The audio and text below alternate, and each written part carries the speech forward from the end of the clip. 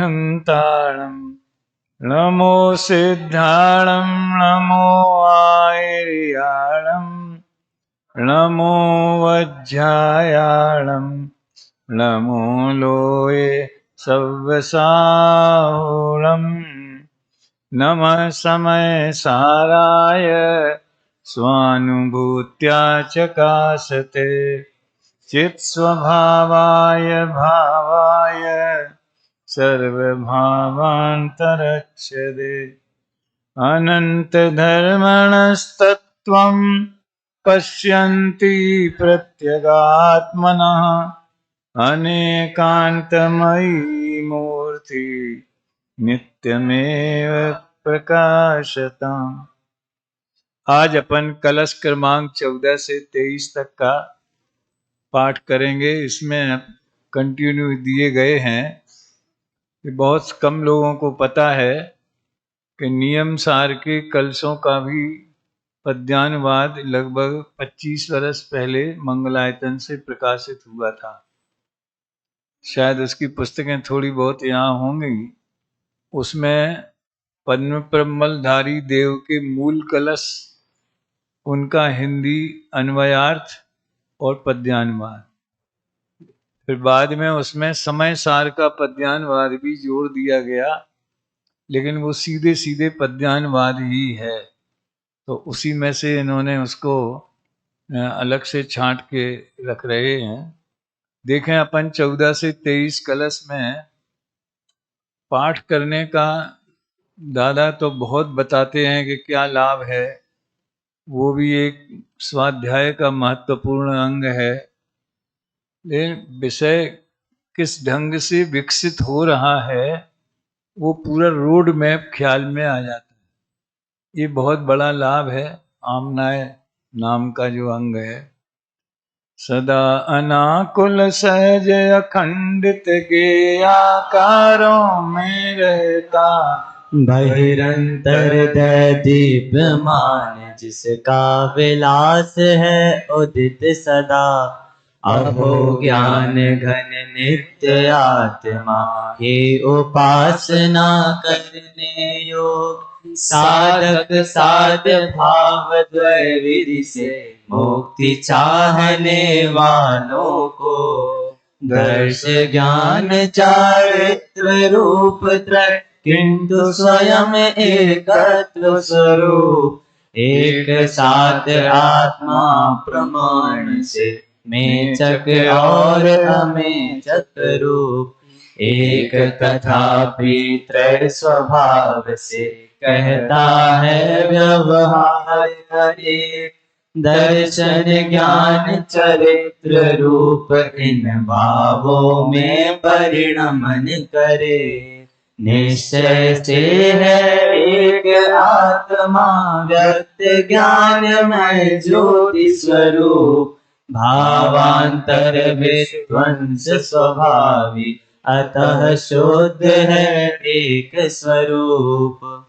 एक रूप अथवा अनेक यह आत्मा चिंता करो नहीं। दर्श ज्ञान चारित्र रत्न से साध्य सिद्धि अन्यथा नहीं। आत्म ज्योति किसी अपेक्षा तीन रूपता प्राप्त करे तो भी अच्युत एक रूप से निर्मलता में प्रकट रहे। अविनाशी चैतन्य चिन्ह का स्वाद निरंतर हम लेते क्योंकि दूसरा और न कोई साध्य सिद्धि का मार्ग हरे।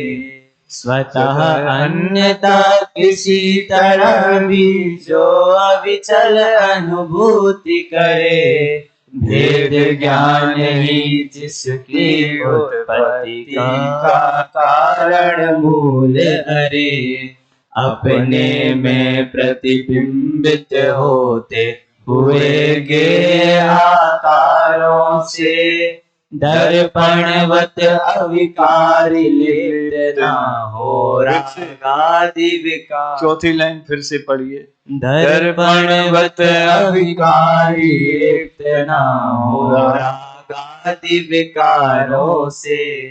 इस अनादिक मोह स्वाद को अरे जगत अब तो छोड़ो। रसिक जनों को रुचिकर उदित ज्ञान जो उसको आस्वादो। क्योंकि जगत में किसी तरह भी आत्मा पर द्रव्यों के साथ तीन काल में एक रूपता कभी न धारण कर सकता। हे भाई तू प्राण जाए पर कैसे भी तत्वों को जान। मात्र एक अंतर मुहूर्त के लिए पड़ोसी तन को मान। देखो पर से भिन्न निजातम का अपने में पूर्ण विलास।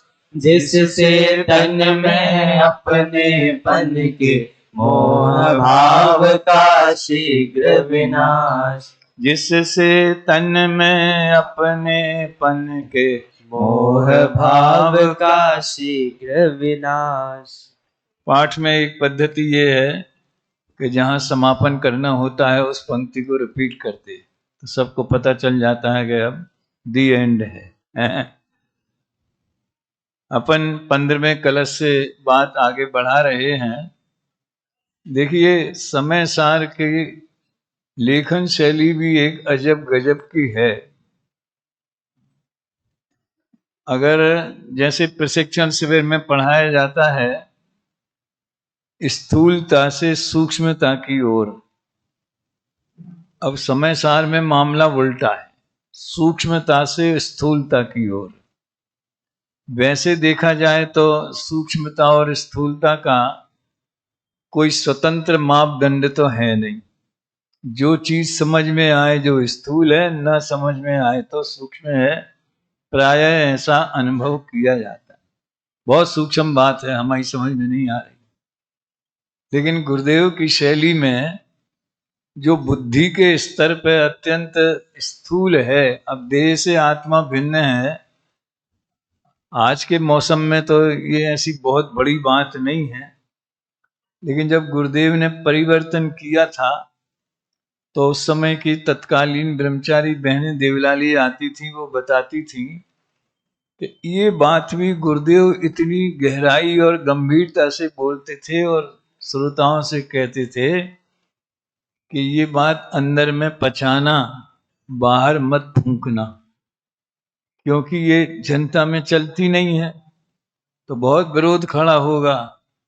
और वो कहते थे आत्मा तो पहले पार है, पहले पार, ऐसी भाषा शुरुआत में। तो कहने का आशय ये है कि समय सार में एकत्व विभक्त आत्मा दिखाने की प्रतिज्ञा का निर्वाह सीधे बिना कोई भूमिका के, बिना कोई पूर्व भूमिका के डायरेक्ट 6वीं 7वीं गाथा में कर दिया। यहां तो अभी मैंने नहीं कहा, लेकिन पिछले सत्र में कहा होगा। कोई अगर ये पूछे कि समय सार में है क्या आखिर, एक बार ये पता नहीं कहाँ इनका वीर सागर का ही प्रवचन था कि इन्होंने किसी सेमिनार में कहा था कि समय सार में ऐसी क्या अद्भुत चीज है जो और कहीं नहीं है, विश्व में कहीं नहीं है। वो तो ठीक, लेकिन कुंद कुंद के परमागमों में भी जो चीज समय सार में है वो प्रवचन सार में नहीं है, बिल्कुल नहीं है, ऐसा नहीं है, अन्य ढंग से है। लेकिन यहाँ तो जो प्रमत्त परमत्त नहीं है, ज्ञायक एक भाव है, तो आत्मा पर का कर्ता नहीं है, ज्ञानी रागादि भावों का भी कर्ता नहीं है। यानी ऐसी ऐसी गंभीर बातें हैं जो सम्यक दर्शन के लिए सीधी प्रयोजन भूत हैं, जिनका निर्णय करना, वो बात समय सार में है। तो मैं 3 बिंदुओं की बात किया करता हूं। एक तो जिसकी उन्होंने प्रतिज्ञा की है कि मैं तुम्हें एकत्व विभक्त आत्मा दिखाऊंगा। तो एकत्व माने अपने अनंत गुण और अनंत पर्याय। ध्यान रखना, जब पर्याय बताएं तो औपाधिक पर्यायों को नहीं लेना। औदिक, औपसमिक, छायोपसमिक, छायिक, इन 4 भावों को नहीं लेना। हुकुमचंद जी है जो ज्ञान चेतना का सामान्य प्रवाह मात्र है, इसकी चर्चा आ रही है 1-2 दिन से, यानी चैतन्य का परिणमन, उपयोग लक्षण जो पर्याय में हाथ पे विद्यमान है, प्रकट है, व्यक्त है। कल आया था ना, नमक की डली जैसे सर्वत्र क्षार रस से भरपूर है, ऐसे ये आत्मा अनंत ज्ञेयाकारों में भी और ये मति श्रुत ज्ञान इत्यादि के भेदों में भी सर्वत्र एक ज्ञान रस से ही भरपूर है। तो गुण पर्यायों में भी अखंडित है, त्रैकालिक काल प्रवाह में अखंडित है और अनंत गुणों में अखंडित है। असंख्य प्रदेशों में तो है ही है, वो उसकी बात बार बार नहीं करते हैं। तो वो बात मां उन्होंने पहले ही बता दिया कि प्रमत्त और अप्रमत्त भावों से रहित है, ज्ञायक एक भाव मात्र है। अब इतनी मूलभूत बात जो पूरे समय सार का केंद्र बिंदु है, वहां से उन्होंने समय सार का उद्घाटन किया। तो 3 बिंदु में पहला बिंदु कौन सा हुआ? एकत्व विभक्त आत्मा। फिर जिन्होंने एकत्व विभक्त आत्मा को नहीं जाना, ऐसे अज्ञानियों की क्या मान्यता है, तो अज्ञानियों का वर्णन है। और जिन्होंने जाना, ऐसे ज्ञानियों की क्या मान्यता है। यानी ज्ञानी अज्ञानी और दोनों में कॉमन समय एकत्व विभक्त आत्मा। कॉमन इसलिए कि एक उसे जानता है और एक उसे नहीं जानता है। इन त्रिकोण में पूरे समय सार का स्वरूप समा जाता है। तो अब उन्होंने देखो विषय का विकास कैसे हुआ। 8वीं से 12वीं गाथा में निश्चय व्यवहार की चर्चा की। उन्हें निश्चय व्यवहार बताना नहीं था, उन्हें तो ये बताना था कि भैया हमने जो दर्शन है, ज्ञान है, चारित्र है, ऐसा कहा है, तो तुम दर्शन ज्ञान चारित्र को देखोगे तो आत्मा नहीं मिलेगा। तो दर्शन ज्ञान चारित्र में जो अखंड रूप से विद्यमान है, उसका अनुभव होगा तो सम्यक दर्शन होगा। उस समय चैतन्य मात्र का अनुभव आएगा, उस समय न दर्शन दिखेगा, न ज्ञान दिखेगा, न चारित्र दिखेगा। अब यद्यपि उदाहरण तो बहुत हैं और कई बार दिए जा चुके हैं, इसलिए उसमें नहीं उलझते, लेकिन एक उदाहरण मात्र देते हैं। जैसे अपन एक मकान खरीदें तो शुरू में खरीदते समय, निर्णय करते समय पूरी भेद विवक्षा से उसका परिचय करते हैं। भेद के बिना परिचय नहीं हो सकता और भेद का लक्ष्य छोड़े बिना अनुभव नहीं हो सकता है। तो कितने कमरे हैं, कितने बाथरूम हैं, कितना आजकल तो वो बिल्ड एरिया कितना है, ख्याल में आने कारपेट एरिया कितना है, और आजू बाजू की जगह प्लाट कितने फुट का है, बहुत सारी बातें होती। लेकिन जब आपने खरीद लिया तो एक मकान मेरा जयपुर में भी है, एक फ्लैट हमने जयपुर में खरीदा है, ऐसा जब अनुभव करते हैं तो उसमें कोई विकल्प होता है कि इतने फुट का मकान फ्लैट है, इतने कमरे हैं, इतने बाथरूम है, किचन है, फलाना है, ढिकाना है, पर ये मकान मेरा। तो इसका नाम है, जब आत्मा की अनुभूति होती है तो एक चैतन्य मात्र मैं हूं, उसमें दर्शन ज्ञान चारित्र का भेद नहीं है। अब ये कथा उन्होंने 7वीं गाथा से शुरू की, 8वीं से 12वीं तक देखो भैया हमने व्यवहार से भेद कहे थे, तुम वास्तव में पारमार्थिक दृष्टि से भेद मत मान लेना। इसके लिए व्यवहार को अभूतार्थ और शुद्धनय को भूतार्थ बताया, अब वो सब चर्चा आई। फिर वो जो शुद्धनय का विषय जो है वो क्या बोलते हैं, अबद्ध स्पष्ट अनन्य नियत अविशेष, वहां दर्शन ज्ञान चारित्र वाले भेद बताए थे, यहाँ अबद्ध स्पष्ट वाले बताए। उससे उन्होंने शुद्ध नय का विषय बताया। शुद्ध नय का विषय कहो चाहे श्रद्धा का श्रद्धेय कहो, यद्यपि शुद्ध नय ज्ञान की पर्याय है, लेकिन अपन इसमें नहीं जाते।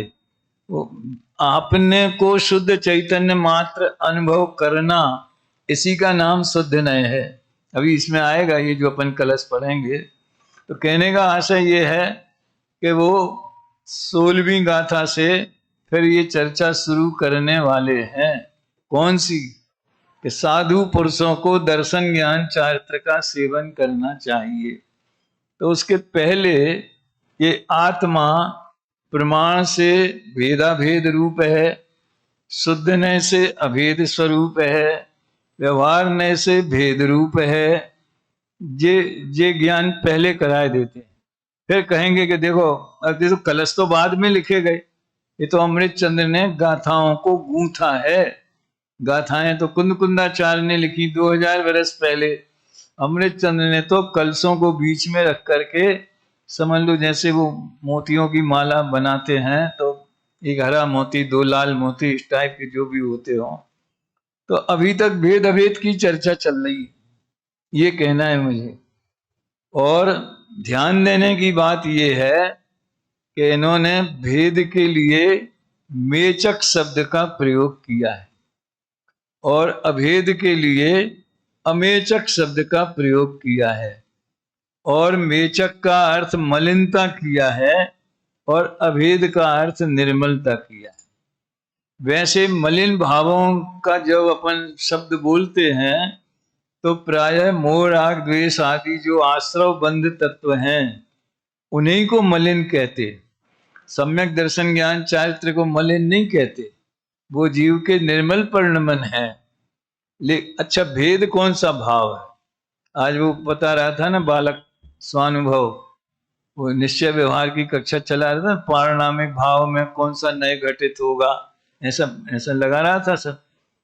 तो 5 भावों में एक शुद्ध चैतन्य भाव पारणामिक भाव है। उसके लिए मेरे पसंद का वाक्य है, कौन सा? टोडरमल जी ने लिखा है निश्चयाभासी वाले प्रकरण में, सर्व भेद जिसमें गर्वित है ऐसा चैतन्य भाव सो पारणामिक भाव है। अब आत्मा में तो परस्पर विरोधी धर्म भी हैं, नित्य अनित्य, एक अनेक है, सामान्य विशेष, भेद अभेद। तो जो भेद है, अनित्य है, अनित्यता, ये कौन सा भाव है? थोड़ा 10 सेकंड विचार करो। कोई बोल सकता है? अमरनाथ, कौन सा भाव है? अरे जैसे अनंत गुण सब पारणामिक भाव रूप हैं, क्योंकि अनादि अनंत हैं, सहज हैं, कर्म की उदय उपशम क्षय उपशम की अपेक्षा रखे बिना है। ऐसे जैसे अभेद नाम का धर्म पारणामिक भाव है, वैसे भेद नाम का धर्म भी पारणामिक भाव रूप है। ऐसे अनंत गुण, अनंत धर्म, अनंत शक्तियां, जो कुछ भी कर्मों से निरपेक्ष है, सहज स्वभाव है, स्वभाव तो अनंत है ना जीव में है, तो वे सब पारणामिक भाव है। तो कभी कभी अंतर बताने के लिए कि भेद भी पारणामिक भाव है, अनित्यता भी पारणामिक भाव है, विशेष भी सब पारणामिक भाव है, तो हमें उनका आश्रय करना चाहिए। तो कहते नहीं, जिसमें सारे भेद गर्भित हैं ऐसा अभेद चैतन्य मात्र, वो परम पारणामिक भाव। उसके आगे परम लगा दिया ताकि अनंत गुण वगैरह जो हैं उनसे हम उनमें भ्रांति न खड़ी हो जाए। तो भी यहां उन भेदों को मलिनता कहा है। मुझे तो ये बताना है, यद्यपि सैद्धांतिक दृष्टि से देखा जाए तो भेदा भेद रूप वस्तु वो वस्तु का स्वभाव है। देखो, उत्पाद व ध्रुव युक्तम सत, सत द्रव्य लक्षणम, तो सत्य क्या हुआ? सत्य कौन सा भाव है? वो भी तो पारणामिक भाव हुआ ना। और उसके जो अंश हैं उत्पाद व द्रव्य, वो भी पारणामिक भाव हुए, ठीक है ना? हैं तो भी अखंड वस्तु में ये भेद करना, उत्पाद व्यय द्रव्य का अथवा द्रव्य गुण पर्याय का अथवा द्रव्य क्षेत्र काल भाव का, इसे यहां तो दर्शन ज्ञान चारित्र की बात है, मलिनता कह रहे। इसलिए वीर सागर मैं प्राय ये बात कहा करता हूं कि जो सिद्धांत है वो सुप्रीम कोर्ट है और जो अध्यात्म है वो संसद है। क्या अंतर है दोनों में? संसद अगर चाहे, सांसद लोग जनता के प्रतिनिधि वो चाहें तो सुप्रीम कोर्ट के फैसले के विरुद्ध कानून पास कर सकते। सुप्रीम कोर्ट का काम कानून बनाना नहीं है, कानून लागू करवाना है। समझ में आया ना? वो ये देखता है कि ये जो काम हो रहा है ये कानून के विरुद्ध तो नहीं है, संविधान के विरुद्ध तो नहीं है। तो सुप्रीम कोर्ट ने बोला क्या कि आत्मा में भेद भी पारिणामिक भाव है, अभेद भी पारिणामिक भाव है, नित्यता भी पारिणामिक भाव है। अब हम संसद में आए तो देखो, भेद का लक्ष्य करने से राग होता है, ये बहुत बड़ा लॉजिक है। और सबको नहीं होता, केवली भगवान भी अनंत भेद अभेद सबको जानते, उन्हें नहीं होता।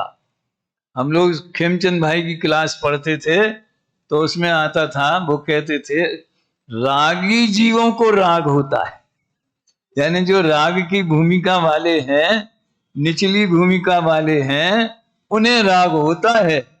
वीतरागियों को राग नहीं होता। वेद को जानने पर भी, केवली तो सब कुछ जानते हैं ना, सकल द्रव्य के गुण अनंत पर्याय अनंता, जाने एक है काल प्रकट केवली भगवंता, उन्हें तो नहीं होता। तो अपन राग द्वेष की भूमिका वाले हैं तो अपने सामने भेद यानी दो चीजें खड़ी होंगी तो अपन को चॉइस करना पड़ेगी। किसी ने हमें समझ लो दो शर्ट दिखाई, एक शर्ट में इनमें से कोई एक छांट लो, तो कैसे छाटेंगे? अब विकल्प करेंगे, इसका कलर अच्छा है, इसका कपड़ा अच्छा है, इसका ये ठीक है, इसकी फिटिंग ठीक है। यानी बिना राग द्वेष के हम उन भेदों में चुनाव कर ही नहीं सकते। इसलिए भेद का लक्ष्य करेंगे तो राग उत्पन्न हुए बिना नहीं रहेगा। तो भेद वस्तु का स्वभाव है, वस्तु का धर्म है, तो भी उसके लक्ष्य से राग होता है। ऐसी हमारी कमजोर भूमिका है, तो मलिनता का आश्रय होने से भेद को भी मलिन कह दिया। बात समझिए, दो तीन कलश एक साथ पढ़ूंगा मैं। तो भेद को भी मलिन क्यों कहा? इसलिए कहा कि हमें भेद के लक्ष्य से राग द्वेष खड़े होते। कोई एक ही चीज होवे, हर जीवन के हर क्षेत्र में, ज्यादा उदाहरण देने की जरूरत नहीं है। जैसे आपको 10 लक्षण में बाहर भेजना है, एक ऑर्डर दे दिया कि आपको फलाने गांव में जाना है, बात खत्म। और आपके सामने चॉइस रखी जाए कि बंबई जाना है कि मकरोनिया जाना है। समझ में आया ना? कहाँ जाना है? अरे यार मकरोनिया तो 2-4 बार हुआ है, बंबई जाएंगे तो कम से कम थोड़ा घूमने का भी लाभ मिलेगा। जब हम यहाँ पढ़ते थे, पढ़ाते थे, तो विधान के लिए लड़कों को ले जाते थे। एक लड़का, भाई साहब बंबई का प्रोग्राम हो तो आप जरूर मेरे को जरूर रखना उसमें साथ में, है? तो राग द्वेष के बिना चुनाव नहीं करेंगे। वहां कितने मुमुक्षु हैं, क्या है, कितनी संख्या है, यानी भेद में पड़े तो राग द्वेष को लेकर के ही भेद में घुसेंगे हम। इसलिए भेद को मलिनता कहा है। बहुत मार्मिक बात है। देखो 15वां कलश पढ़ते हैं। एष ज्ञान घनो नित्यम आत्मा सिद्धिमभिप्सुभि साध्य साधक भावेन त्वदैक समुपास्यताम्। अहो ज्ञान घन नित्य आत्मा ही उपासना करने साध्य भाव द्वय विधि से मुक्ति चाहने वालों को। मुक्ति कामी, वो पंचास्तिका में एक बहुत बढ़िया शब्द आया है, तम्माण बुद्धि कामो निवृत्ति कामी। मुक्ति कामी माने निवृत्ति कामी, वाह। और निवृत्ति माने निर्भर होना चाहते हैं जो। ये निर्भर होने वाला सूत्र बहुत मार्मिक है भैया। अब भूमिका आप लोग समझ लो नई उम्र की नई फसल है और आपको जीवन में बहुत काम करना है, तो थोड़ा पराश्रित प्रेरणा भी दी जाती है। खूब पढ़ो, पीएचडी करो, बड़े लेवल पे दुनिया को दिखा दो। जैन धर्म क्या, हमारे वीर सागर जी इसी के प्रतिनिधि हैं और मैं इनसे उल्टे उल्टे नए वाला हूं। उभय नए विरोध ध्वंसनी स्यात् पदान के। समझ में आया ना? है तो अब ये आप लोगों के लिए जरूरी है, लेकिन उसके पहले ये जरूरी है। वो तो अगर 1000 विद्यार्थी पढ़ेंगे तो उसमें से 5-7 ही जो आज छाए हुए हैं, हमारे मनीष जी जैसे, प्रवीण जी जैसे, वीर सागर जैसे, तो जब 1000 पढ़ेंगे तब 10-20 ऐसे निकलेंगे। समझ में आया? जो नहीं निकलेंगे वो क्या करेंगे? वो क्या करेंगे? हर एक में तो एक सी प्रतिभा नहीं होती ना। हजारों छात्र इंजीनियरिंग कॉलेज में पढ़ते हैं, क्या सब कोई डॉक्टर अब्दुल कलाम या वो जगदीश चंद्र बसु बन जाते हैं क्या? है उस सब के लिए ये मंत्र है। कौन सा? भैया, कर्तापने के भार से मुक्त होना है। और जो दादा बता गए सहजता वाला, समाधि का सार, सहजता वाला, समझो सब परिणमन अपने। और ये देखो, ये क्रिया और परिणाम की अपेक्षा ये बात नहीं है। क्रिया और परिणाम तो भूमिका के अनुसार होते हैं, गुण स्थान तो अभिप्राय से बदलता है सबसे पहले। समझ में आता है? तो अभिप्राय क्या होना चाहिए? इसमें मोक्ष प्रकाशक में एक बहुत बढ़िया 7वें अधिकार में जहां सम्यक ज्ञान का अन्यथा स्वरूप बताया, वहां शास्त्राभ्यास तो अपने लिए किया जाता है। कोई अगर उसका किसी का भला होता हो तो हो, और अगर कोई अगर उसको नहीं माने, नहीं सुने हमारी बात, तो खेद खिन्न क्यों होना। ऐसा लिखा है सम्यक ज्ञान का अन्यथा स्वरूप 7वें अधिकार। तो ये भैया आत्महित का मार्ग, ये झंडा लेके दुनिया में घूमने का मार्ग नहीं। वो तो भूमिका अनुसार राग का ज्ञान कराते और चरणान योग की शैली में उपदेश भी देते कि तुम्हें ऐसा होना चाहिए। समझ में आया ना? लेकिन हमें बताना क्या है, दुनिया को बताना क्या है? ऐसे शिविर लगाना है। अभी एक क्लिप आई थी एक महाराज श्री की, बहुत बढ़िया उनका संदेश था। नाम आम लेने से कोई फायदा नहीं है, बहुत बढ़िया संदेश। बोले इतने शिविर लगा रहे हो, ये कर रहे हो, इससे प्रभावना नहीं होती। प्रभावना इससे होती है कि आप जो पढ़ा रहे हो माल, उसमें क्या परोस रहे हो लोगों को, उससे प्रभावना होती। मेरा बड़ी खुशी हुई। अब हमें और उनमें इतना मतभेद होना स्वाभाविक है कि हम कहेंगे कि ये परोसना है, वो कहेंगे कि ये परोसना है। समझ इसमें हो सकता है, लेकिन मूल बात तो ये है कि इतने हमने 8 दिन का यहाँ शिविर लगाया, ग्रुप शिविर लगते ये लगते हैं, तो उसमें हम बच्चों को पढ़ाएं क्या, मूल विषय क्या रखें। इसलिए मैंने एक वो निकाला था 10 लक्षण के पहले, क्या, प्रवचनकार बंधुओं से विनम्र अनुरोध, बहुत सारे ग्रुपों में डाला था वो, कि आप मेन विषय, मेन टाइम जो है क्रीम, सुबह का स्वाध्याय और रात का स्वाध्याय, जिसमें जनता ज्यादा आती है, उसमें भेद ज्ञान और वीतरागता पोषक प्रकरण ही लीजिए, बजाय नए चक्र के, परीक्षा मुख के 3 लोक के। समझ में आया ना? जम्बू द्वीप के भूगोल इतिहास में मत जाइए। वो एक्स्ट्रा समय होवे और लोग सुनना चाहें तो उसकी एक्स्ट्रा क्लास रखिए, कम से कम बाहर के प्रोग्रामों में। तो ये बात क्यों आ गई? ये इसलिए आ गई कि यहाँ तो साध साधक भाव से मुक्ति चाहिए, बुद्धि कामो निवृत्ति कामी। तो अभिप्राय में पहले निवृत्त होवे, जिस द्रव्य की जिस क्षेत्र में जो काल में जो परिणमन होना बोला हुआ है, वो पढ़ लो आप। दादा का रोज सुनते हैं हम, तो अभी यहाँ आए तो डिस्टर्ब हो गया। देवलाली में तो नियम है, कौन सा वो, समाधि का सार। और जब हम हॉस्पिटल में थे कोरोना में, तो वहीं से शुरुआत होती थी दिन की। सर्वज्ञ देव विधान, समाधि का सार, अपूर्व अवसर काव्य, यही अमृत रस है। अभी भी यही बारंबार पढ़ने योग्य हैं। उन्हें तो इतना भी बोझा नहीं रखना है कि जहां जाना होगा वहां निश्चित होगा, वहां जाऊंगा। अब मैं काय को विकल्प करूं कि कब जाना है, कहाँ जाना है। वैसे परिणाम होंगे, हम परिणामों का भी बोझा क्यों रखें कि कौन से परिणाम होंगे कौन से नहीं होंगे। ये है मुक्ति चाहने वाले। ये मुक्ति चाहने वालों का अर्थ कर रहा हूं मैं, है सिद्धिम अभीप्सुभी एस ज्ञान घनो नित्यम आत्मा सिद्धिम अभीप्सुभी।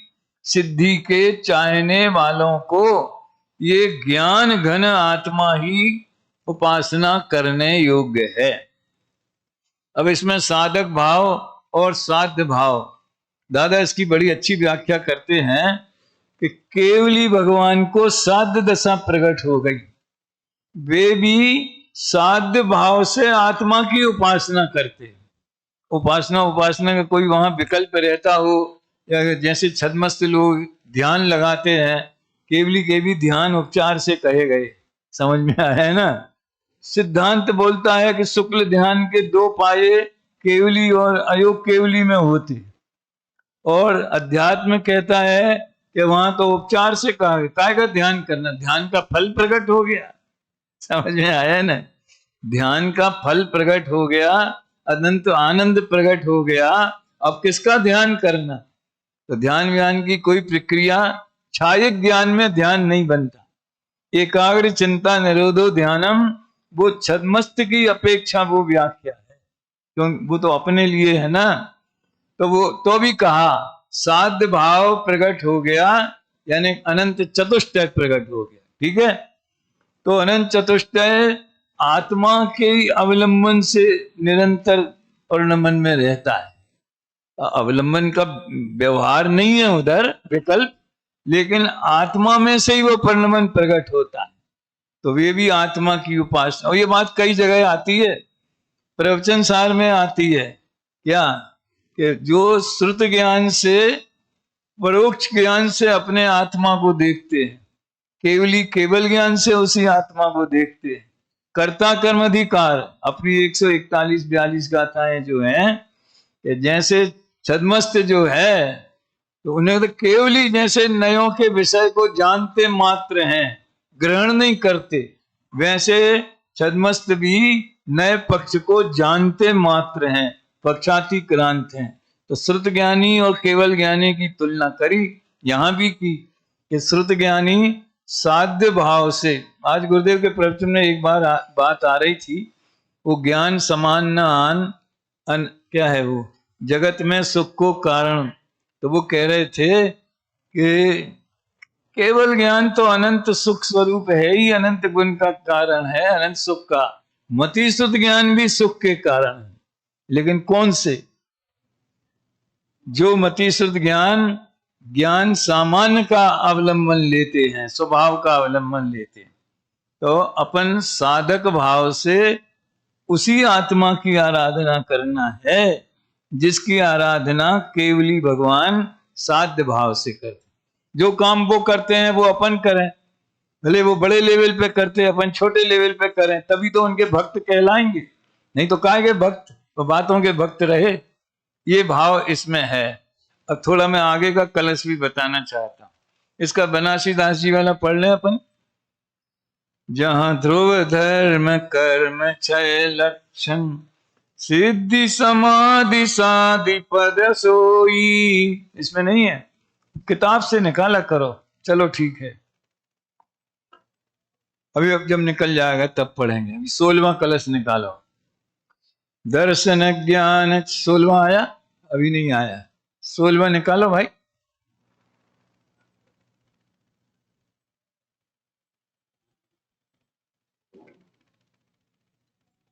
शू थयू, चलो वो आ गया।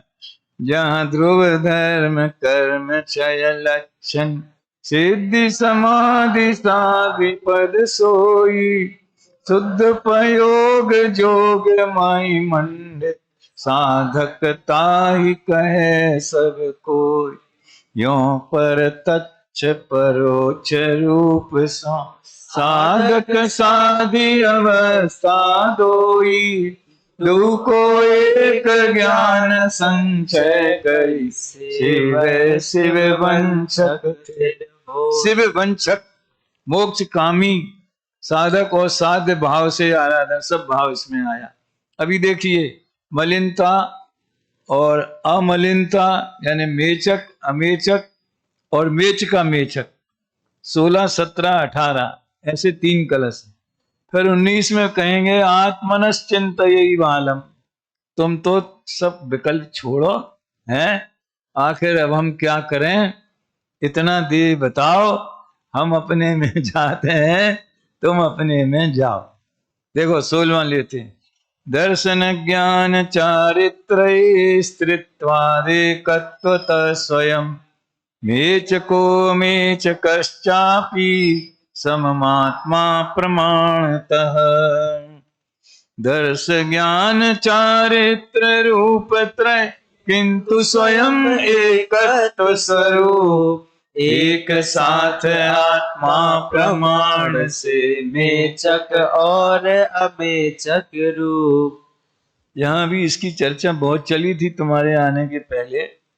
प्रमाण से द्वारा जानी गई वस्तु के अंश को नहीं कहते, तो ये शर्त क्यों लगाई?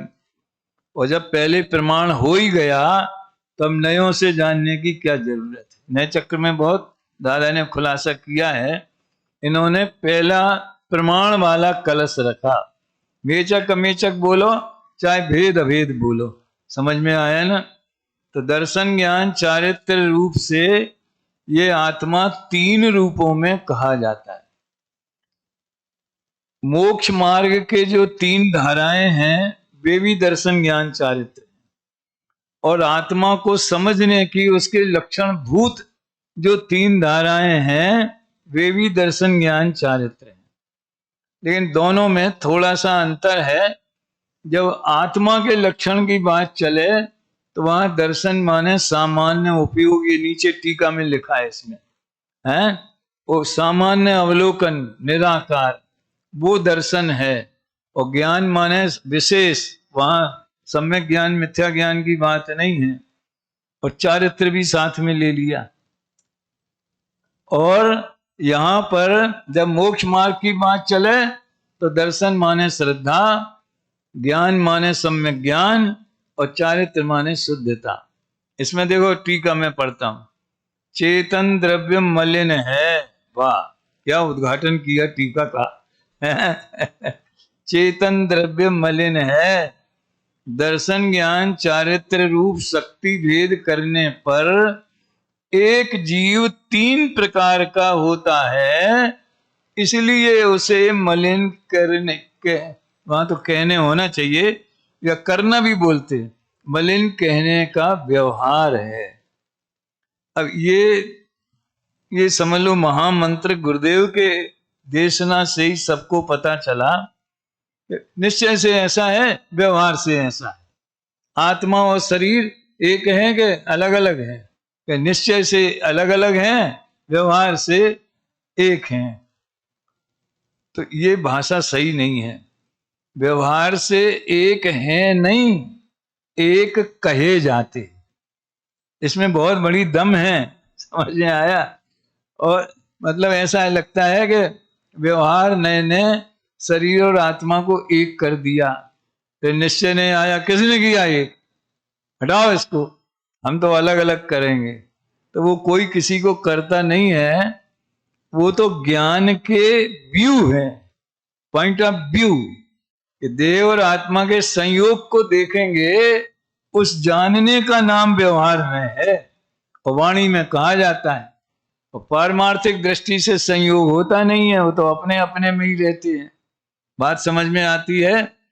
तो शक्ति दर्शन ज्ञान चारित्र रूप शक्ति भेद करने पर एक जीव 3 प्रकार का होता है, इसलिए उसे मलिन कहने का व्यवहार है। अब देखना, सामान्य रूप से अर्थ ग्राहक शक्ति का नाम दर्शन है। यहां श्रद्धा की बात तो नहीं आई। अर्थ ग्राहक दर्शन में भी अर्थ का ग्रहण होता है, पदार्थ का प्रतिभास होता है, लेकिन बस इतना है कि उसमें सत्ता मात्र का प्रतिभास होता है। एक है सत्ता और एक है स्वरूप। क्या? सत्ता स्वरूप एक ग्रंथ भी है। तो सत्ता माने अस्तित्व है, बस इतना। इससे आगे बढ़ने का स्वभाव समझ लो, दर्शन गुण में नहीं है। सत्ता को ग्रहण करने के आगे बढ़ने का स्वभाव दर्शन गुण का नहीं है। और वही चेतना जब और आगे बढ़ जाती है और अवग्रह या अवाय की प्रक्रिया से स्वरूप को भी जान लेती। ऐसे ये कौन है?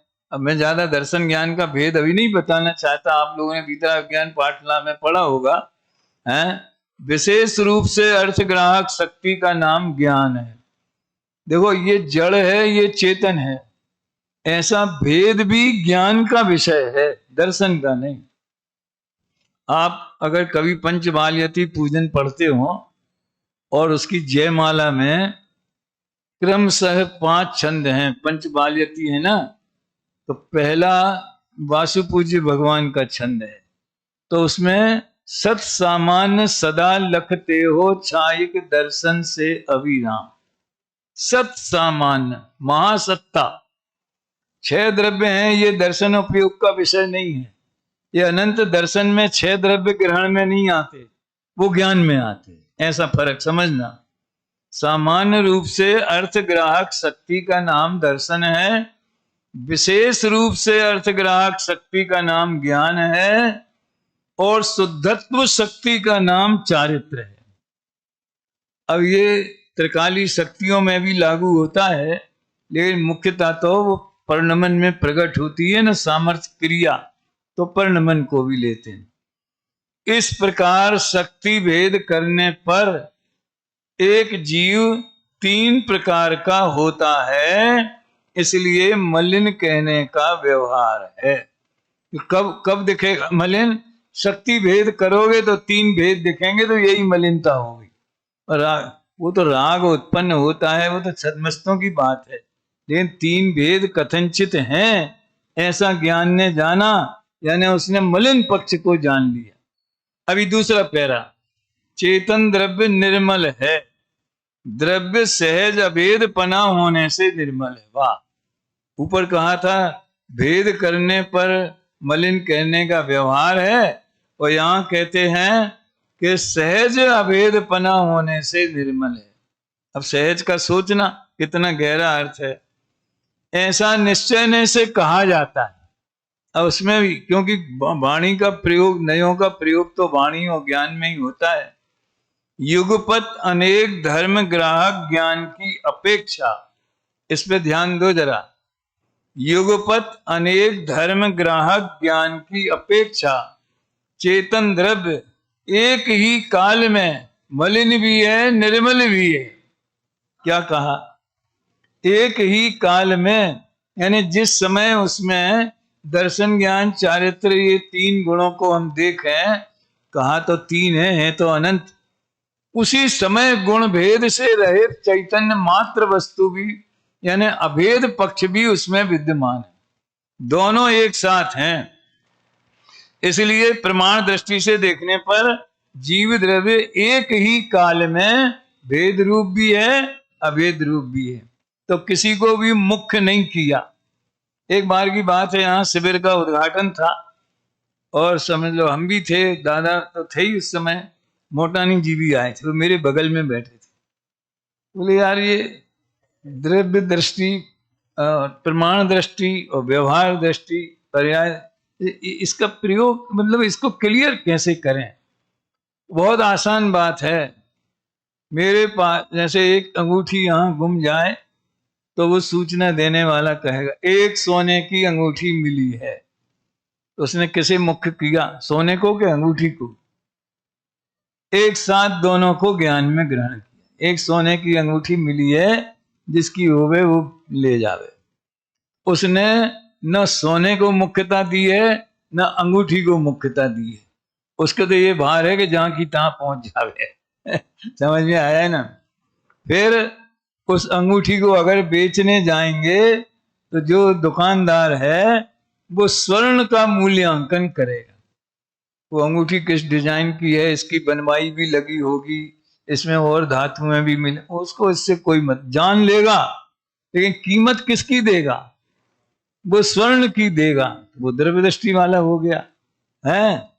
और जो उसे पहनेगा वो ये देख के नहीं पहनेगा कि ये सोने की है कि चांदी की है, ये अंगूठी है सो उंगली में पहने जाती, कौन सी जगह पहनी जाती, तो उसका व्यवहार करेंगे, जब यूज करेंगे तो पर्याय को मुख्य करेंगे। हो गया, अंगूठी इसका नाम पर्याय, सोना इसका नाम द्रव्य, और सोने की अंगूठी इसका नाम प्रमाण। कोई कठिन बात नहीं है। ये दो कलशों पे आज अपन ने चर्चा की है।